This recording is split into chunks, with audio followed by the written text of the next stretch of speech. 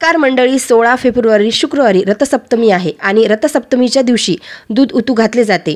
तर खूप जणांना माहीत असेल की दूध उतू का घातले जाते रथसप्तमीच्या दिवशी, पण अनेक जणांना हे माहिती नसेल की दूध उतू का घालावे आणि कशासाठी घालावे। तर हा व्हिडिओ तुमच्यासाठी आहे, व्हिडिओ नक्की बघा।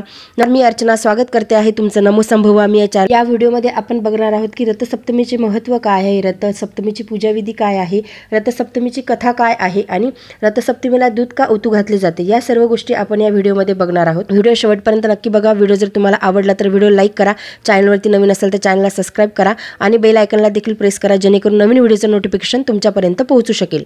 रथसप्तमीला खूप जास्त महत्त्व आहे। माघ महिन्यातील शुक्ल सप्तमीला रथसप्तमी साजरी केली जाते। या दिवसापासून सूर्य आपल्या रथात बसून प्रवास करतात। या रथाला 7 घोडे असतात, म्हणून याला रथसप्तमी असा शब्द वापरला आहे। या दिवशी आदित्य नारायणाची पूजा केली जाते। सूर्य ग्रहांचा राजा असल्यामुळे त्यांचे स्थान नवग्रहामध्ये आहे। सूर्य स्वयंप्रकाशी आहे, अन्य ग्रह त्यांचा प्रकाश घेतात।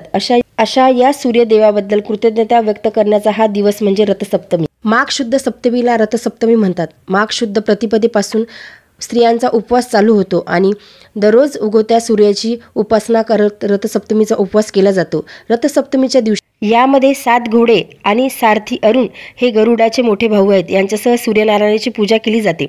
अंगणात तुळशीजवळ रांगोळी काढून त्यावर पाट मांडून तिथे 7 घोड्यांचे चित्र काढून त्यावर सूर्यनारायणाची प्रतिमा काढून त्याची पूजा केली जाते। सूर्याला तांबडी फुले, सूर्याला प्रार्थना करून आदित्य हृदय स्तोत्र, सूर्याष्टकम आणि सूर्यकवच यापैकी एखादे स्तोत्र भक्तिभावाने म्हणावे किंवा ऐकावे आणि त्यानंतर खिरीचा नैवेद्य दाखवावा। अंगणात गौऱ्या पेटून त्यावर एका बोळक्यात दूध उती जाईपर्यंत तापवले जाते, म्हणजेच अग्नीला समर्पण होईपर्यंत हे दूध तापवले जाते। त्यानंतर उर्वरित दुधाचा प्रसाद म्हणून ग्रहण केला जातो। रथसप्तमी हा सूर्याचा उपासनेचा दिवस आहे। भविष्य पुराणात असा उल्लेख सापडतो की आदिती आणि कश्यप यांचा पुत्र सूर्य यांचा हा जन्मदिवस आहे।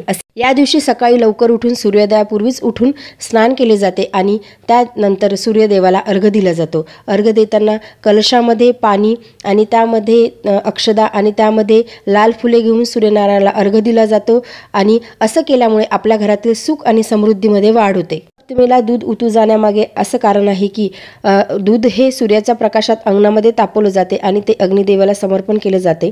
तर याद्वारे सूर्याचा प्रकाश किरणे त्या दुधामध्ये उतरून आपल्या जीवनातील जे काही अडचणी आहेत, अडथळे आहेत, आपले जे काही रोग आहेत ते दूर व्हावे, यासाठीच हे दूध उतू घेतले जाते आणि त्याचा प्रसाद म्हणून नंतर ते ग्रहण केले जाते। दक्षिण भारतातील समुद्रतटीय ठिकाणी असलेल्या गावांमध्ये रथयात्रा काढली जाते आणि ब्रह्मोत्सव साजरा केला जातो। दक्षिण भारतात वास्तव्य असलेल्या तिरुमला तिरुपती बालाजी मंदिरात हा दिवस मोठ्या सणाच्या रूपात साजरा केला जातो। भारताच्या विविध प्रांतात हा सण मोठ्या उत्साहात साजरा केला जातो। बिहार, झारखंड, ओडिसामध्ये हा दिवस उत्साहात साजरा केला जातो। सूर्याचा उत्तरायण प्रवास आणि त्यांच्या रथाचे 7 घोडे यांचा संदर्भ या रथसप्तमीला आहे। सूर्याच्या रथात सूर्यलोक, नक्षत्रलोक, ग्रहलोक, भूलोक, नागलोक, स्वर्गलोक आणि स्वर्गाजवळील शिवलोक यांचा 7 लोकांमध्ये भ्रमण करण्याचे सामर्थ्य आहे। रथसप्तमी हा सण सूर्य उत्तरायणात मार्गक्रम करत असल्याचे सूचक असून उत्तरायण म्हणजेच उत्तर दिशेकडून मार्गक्रम करणे। रथसप्तमी हा सण हळूहळू वाढणाऱ्या तापमानाचा दर्शक आहे। सूर्यदेवता सतत या रथात विराजमान असतात। देव देवळात असल्यामुळे ज्या प्रकारे देवळाला महत्त्व प्राप्त होते तसेच महत्त्व सूर्यनारायणाच्या रथाला आहे। त्यामुळे रथसप्तमीला सूर्याच्या उपासनेबरोबर प्रतिकात्मक सूर्यरथाचेही पूजन केले जाते। सूर्यदेवताच्या रथाला असणारे 7 अश्व सप्ताहातील 7 वार व 12 चाके 12 राशी दर्शवतात। या 12 राशींचे प्रतीक म्हणून देवासमोर 12 प्रकारच्या धान्याच्या राशी मांडून त्यांची पूजा केली जाते। रथसप्तमीची कथा अशी आहे की श्रीकृष्णाचा मुलगा शांब याला स्वतःचा खूप अभिमान झाला होता। एकदा दुर्वास ऋषी श्रीकृष्णास भेटण्यासाठी आले होते। दुर्वास ऋषी हे अत्यंत रागीट स्वभावाचे होते, हे शांब म्हणजे श्रीकृष्णाच्या मुलाला माहीत नव्हते। दुर्वासा ऋषी खूप दिवसांच्या तपानंतर श्रीकृष्णास भेटावयास आले होते। दुर्वास ऋषी यांचे शरीर तपामुळे कमजोर झाले होते। तेव्हा हे बघून शांब त्यांना हसले। हसण्याचे कारण कळल्यावर दुर्वासांना अतिशय राग आला आणि त्यांनी त्याला शाप दिला, तुझे शरीर कुष्ठरोगी होईल। आणि तसेच घडले।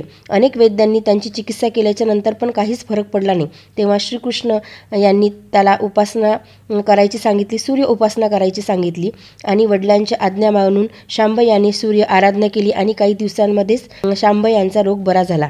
तुम्हा सर्वांचे आभार. व्हिडिओ जर तुम्हाला आवडला असेल तर व्हिडिओ लाईक करा, चॅनलवरती नवीन असेल तर चॅनलला सबस्क्राईब करा आणि बेल आयकनला देखील प्रेस करा, जेणेकरून नवीन व्हिडिओचं नोटिफिकेशन तुमच्यापर्यंत पोहोचू शकेल.